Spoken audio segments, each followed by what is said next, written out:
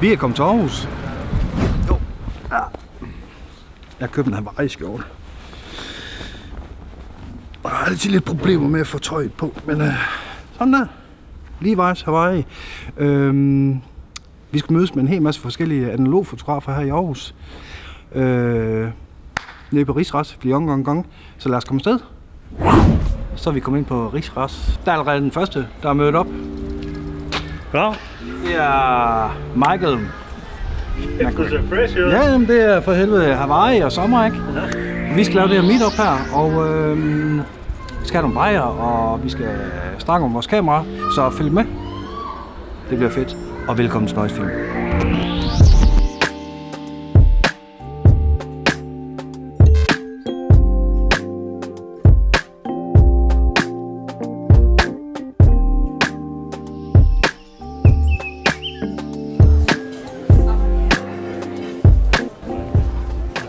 Hej, jeg hedder Christian. Jeg hedder _Christian Bertelsen på Instagram. Jeg har taget mit Rolly 35 med i dag.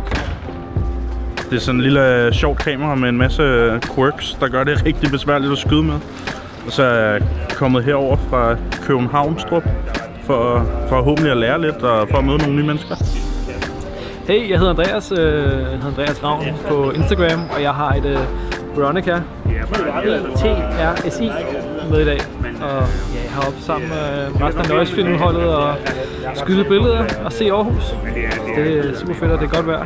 Det er et godt tidspunkt at komme ud og skyde og luftkameraet. Jeg hedder Stine, og min Instagram-navn er Stine Vilmos. Jeg har taget mit lille Leica M4 med, og så har jeg taget mit Rolleiflex med også. Og så er jeg kommet, fordi jeg rigtig gerne vil møde nogle andre mennesker, der også skyder analog.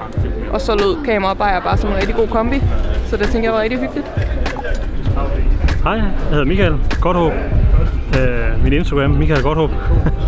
Jeg er her til meetup med Noise Film i dag, fordi ja, egentlig mest på grund af bajerne, men også for hyggens skyld. Jeg har taget min Pentax 6.7 med i dag, som jeg håber på at få nogle portrætter med i dag.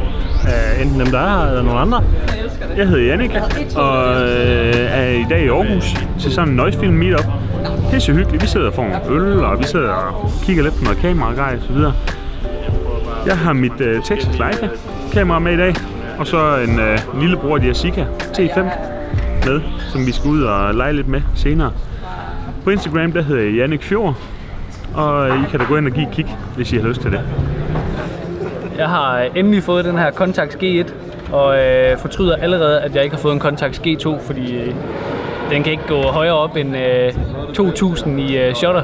Ja. Og når det er pisse meget sol, ligesom det er i dag, så nytter det ikke en skid. Et par havde en Contax G1, som han solgte meget billigt, for lige da jeg begyndte at tage billeder med analog kamera, og der hoppede jeg ikke på. Nej, du gad simpelthen ikke have det. Men, det gad jeg ikke købe. Nu har du fået et. Og så blev jeg forelsket i det, og så købte jeg det fra Japan, og det blev dyrt. Sådan det jo. Det var okay billigt, men kæft, det blev dyrt i 12. Vi drikker lige ud, og så går vi videre. I har lige set de få seje mennesker, der er dukket op. Ja, det er faktisk alle københavnerne, der er dukket op. Det er ret sejt. Det synes jeg, I jyder, der sidder deroppe. Ja, Esbjerg. Jeg ved godt, at der sker noget oppe i Viborg i dag, men det kan sgu da ikke være lige så fedt som at sidde og få øl sammen med os. Men jeg tror, vi går lidt ud og tager lidt billeder, og så er der en café om en baggård, der skal være ret sej, så den tager vi. Så lad os komme videre.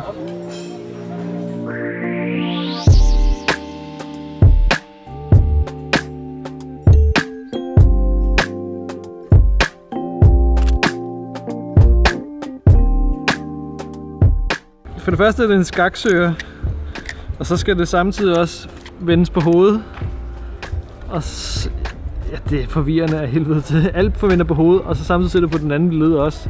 Så det alt bliver for, ja, alt er op og ned. Det er helt kaos, altså. Men det er meget fedt, når man gør det. Normalt tager vi billedet sådan her, så er alt nogenlunde normalt. Men så skal du vende det hele på hovedet her, og kigge ind, og fokusere på den her. Og så er den samtidig, den lukkeren sidder over på venstre hånd yderligere. Skal du fokusere med venstre også. Det er virkelig, altså virkelig kaos. Men det virker, når det så er skudt. Men man ligner en idiot, for man skyder en helt anden retning. Nu skal vi se, om vi kan skyde billedet her.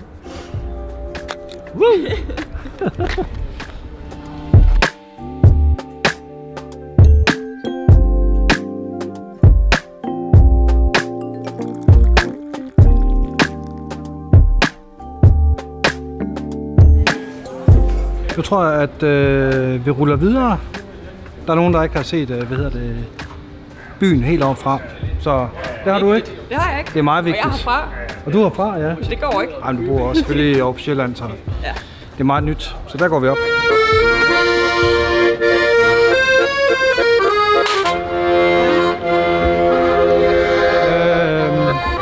Der er god musik her i Aarhus. Jeg synes lige, at det hele handler jo lidt om, at vi bare hygger os og ser ansigterne på hinanden. Så Michael har haft et lille projekt, hvor han har skudt portrætter af os alle sammen. Så dem synes jeg lige, I skal se her.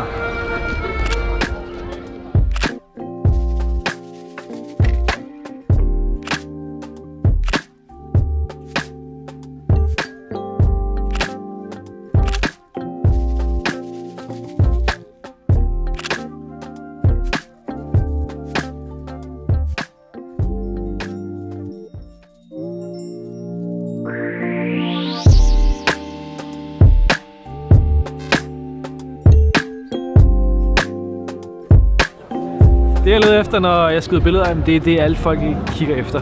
Det er som regel inde i baggård, noget som folk bare går forbi. Der er som regel fede motiver, eller god kaffe, hvis det skulle være det.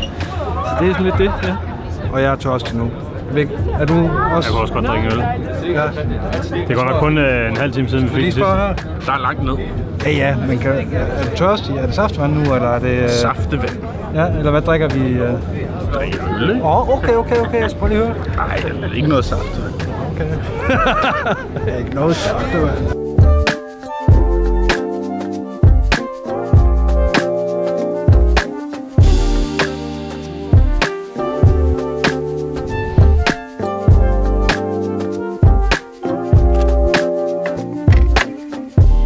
Vi har lige været oppe i Sallings parkeringshus, og det var nok der på hele dagen, at vi nok har fået skudt allermest. Vi har fået skudt nogle portrætter af hinanden, vi har fået skudt nogle fede linjer, og parkeringshuset det er rundt, så rigtig Instagram-venligt skyde ned fra op. Jeg synes lige, at vi ruller lige alle spillere lige her.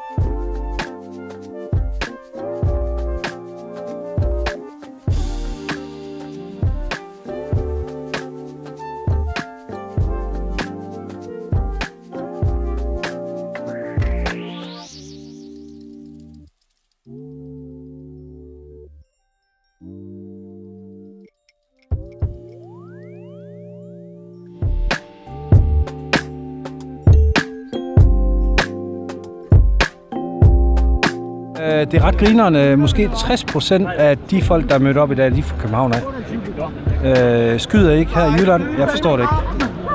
Det er måske fordi, at I er i Viborg. Hvorfor ikke i Aarhus? Men vi har faktisk lige fået en fyr, der er kommet her til Aarhus. Han har ikke sit kamera med, men prøv lige at se, hvem det er. Hej internettet. Hej Nice Film. Jeg hedder Alex, og skudt analog i halvanden måned eller sådan eller andet, tror jeg. 2 måneder eller sådan noget. 2 måneder, tror jeg. Solgt alt mit digitale udstyr. Alt hvad jeg havde. Sony det hele. Gik jeg analog. Lige har et med Mia RZ67. Og hovedsageligt så skyder jeg portrætter og sådan et lifestyle fashion inspireret, tror jeg. Ligesom Pau, mand. Jeg gør det, fordi Pau gør det. Du har simpelthen loadet en film, uden jeg opdagede det. Ja. Og hvad er det for en film, du har loadet? Det er en gammel Kodak Ektachrome, udløb i 2005. Så den skyder positiver i farve. Jeg har skudt en enkelt rulle med den indtil videre, og jeg synes faktisk, den er virkelig, virkelig lækker. Og den bliver rigtig, rigtig fin, også i farverne. Jeg er vildt tilfreds. Det er faktisk også. Jeg håber, at hvis vi ikke rammer ind i en anden større event næste gang, at der kommer lige lidt flere, det kunne være sindssygt. Så skal vi bare booke et sted, hvor vi kan være. Ja. Men jeg er fandme tilfreds. 100% vi gør det igen. Ja, 100%. Så er vi kommet op på min nye terrasse. Den er ret stoked over. Jeg har allerede drukket rigtig mange bajer heroppe. Men lidt tilbage til vores meetup, det gik pisse godt.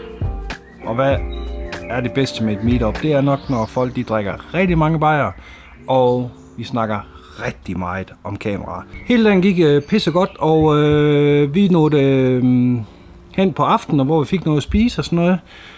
Og hvor mig og Nick vi endte op med at møde en, der hed Joe, som der var ret meget nede med rosévin, en skater ude for Aarhus af, så der valgte vi egentlig at slukke for kameraet og tænkte, det var måske ikke så meget meetup mere, det nu handlede det måske bare om at drikke lidt mere. Det ville jo godt være.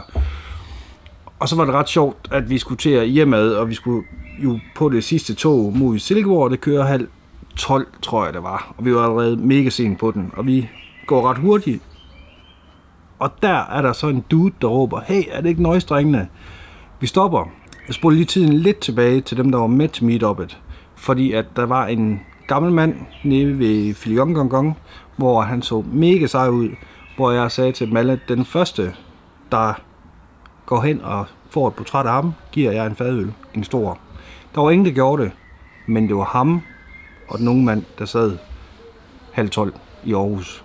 Og de spurgte faktisk selv om, hey, tag ikke billedet. Så hvad kan jeg egentlig sige ved det? Jeg tog billedet, jeg gav udfordringen, så jeg kan give en øl til mig selv. Vi når hen til toget. Jeg har fået sådan en fantastisk fed app. Alt skal jo være apps og apps og apps. Så den prøver jeg at få installeret, det hedder det ikke. Jeg prøver at købe en billet. Den går igennem, så det ender op med, at jeg får en bøde på 750 kroner. Jeg prøver på at give et falsk CPR-nummer, fordi jeg er pisse sur, men Nick han står bare og siger, kom nu bare videre. Han har jo sådan en kort, så der var jo fandme ingen problemer der. Men her til sidst vil jeg simpelthen heller ikke tage æren for hele det her meetup her. Nu er det jo ikke så meget mig, der er... Jo, jeg er måske sådan lidt ansigtet, men jeg vil jo gerne have, at Nick han er mere hen over det. Og efter det her meetup her, så har i hvert fald nogle af jer mødt dig. Det synes jeg er jo ret sejt. At de har mødt mig? Ja, fordi du har altid været den, der er bag kameraet. Ja. Jamen det er meget fedt. Ja. Ja, flinke mennesker, tør jeg godt sige. Det må man sige, og det er i hvert fald ikke sidste gang, vi gør det. Overhovedet ikke. Overhovedet ikke. Jeg er klar på, at vi gør det igen snart også. Ja. Også fordi der var lige det der med de der fotodage i Viborg, og jeg tror, hvis vi nu lige havde lagt det lidt anderledes, så kunne det være, der var kommet lidt flere. Ja, enig. Men jeg synes, det var ret fedt, at næsten 60% af dem, der kom fra København af. Ja. Men det er jo heller ikke, altså det går heller ikke ud på, hvor mange der kommer. Ej. Egentlig, det fandt vi ud af her. Altså, hvor mange kom der? Jeg tror, vi var 10 på et tidspunkt. Ja. Ja. Så, altså jeg synes fandme, det var en god dag. Til alle jer, der kom, tak for det. Til alle jer, der nu ser videoen, så håber jeg, at I joiner os næste gang. Ja. Lige præcis. Vi fik mange bajer og snakket rigtig meget om kamera, og det er det, det handler om. Så giv os lige en subscribe til dem, der er ny på kanalen, og hvad hedder det? Hvad hedder det? Når man trykker sådan en... Nå, så lige tryk på den der er sådan en klokke lige ved siden af subscribe-knappen, og så får du en mail, hvis der kommer en ny video. Og det, så vil vi blive glade, også fordi så får du videoen lige når den kommer ud. Lige præcis. Helt frisk. Så kan du få den der first comment, det er pissevigtigt, har jeg hørt på internettet. Lige præcis. Det er vigtigt at få den første kommentar, ikke? Jepper. Så skal vi ikke bare lukke den her, og så sige, at vi ses næste gang til meetup. Nøjesvin vi fra. Find os på Instagram. Den kører altså ret godt. Skål.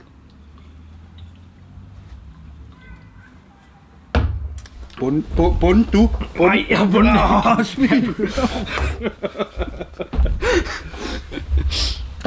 Små drenge, små fornøjelser.